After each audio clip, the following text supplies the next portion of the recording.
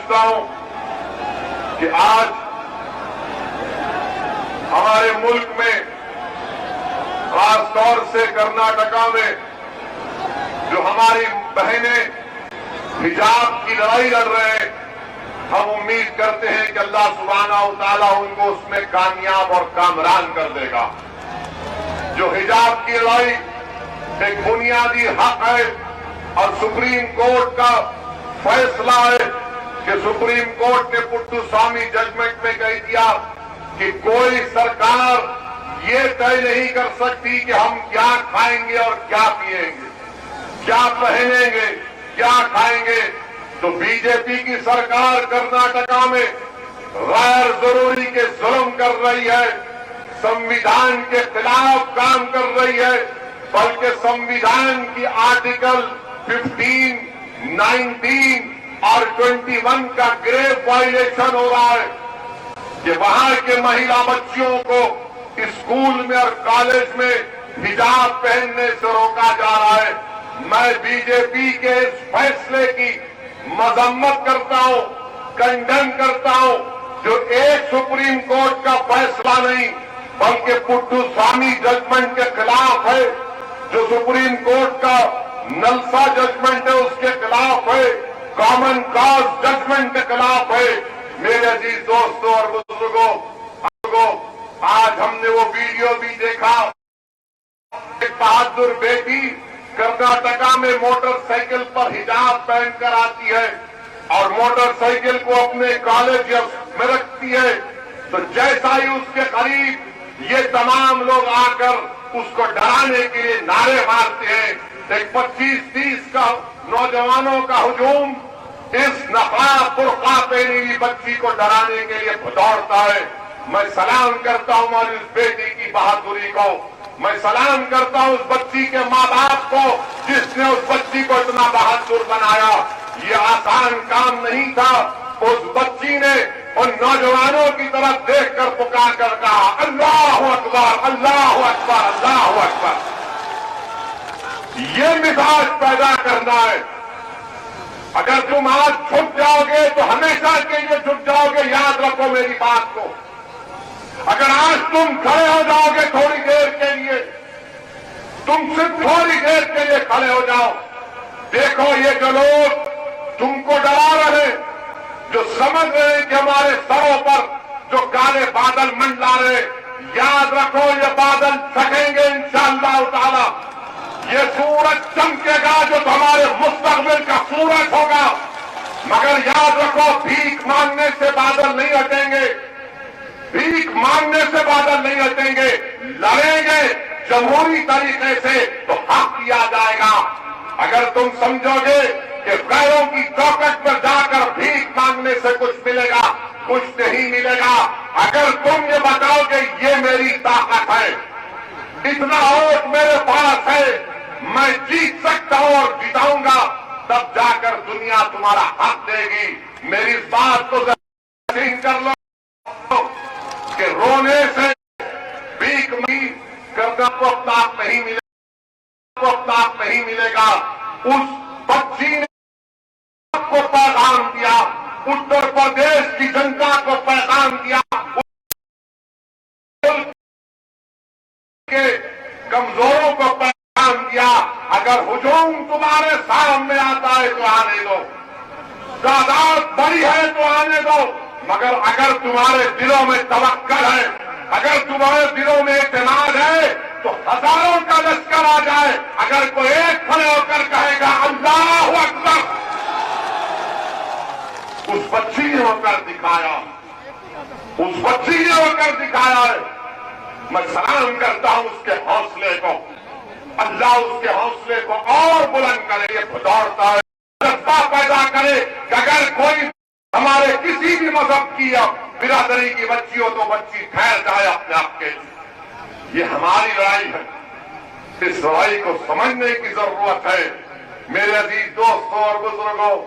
इसीलिए मैंने आपसे कहा कि गोलियां चलेंगी हम पर, हम चलाई गई, मगर जब अल्लाह किसी को बचाना चाहता है तो कोई कुछ नहीं कर सकता। हमारे साथ सारिम भाई को समझने की जरूरत है। सारिम था हमारे साथ, यही संबंध 6 साढ़े 6 फीट से जालिमों ने गोलियां चलाई और ये समझा कि ओवैसी का काम तमाम कर दिए, मगर जालिमों को नहीं मालूम था गोडसे की नाजायज मालूम था, के जानशीन को नहीं मालूम था, वक्त के नमरूद की नाजायज औलाद को नहीं मालूम था, वक्त के फिरौन के एजेंटों को नहीं मालूम था, वक्त के अबू लहब को नहीं मालूम था, वक्त के अबू जहल को नहीं मालूम था। और हमारे सभा में जब अब्दुल्लाह इब्न सबा के जानशीन है वो तो खुशियां मना रहे थे, मगर अल्लाह ने कहा आज इसका दिन नहीं है, आज इसका दिन नहीं है। तुम कितनी गोलियां चलाते चलाओ। मेरे अजीज दोस्तों और बुजुर्गों, इसीलिए हम आपसे कह रहे हैं कि आप हिम्मत और हौसले से काम करो, आप हिम्मत और हौसले से काम करो, डरने की जरूरत नहीं है। जाना तो सबको इस दुनिया से, कोई नहीं बचेगा इस दुनिया में, मगर तुम क्या लेके जाओगे? तुम भैया की गुलामी लेके जाओगे या नवाब की गुलामी लेके जाओगे? क्या तुम इस दुनिया से अपना हक मनवा के जाओगे?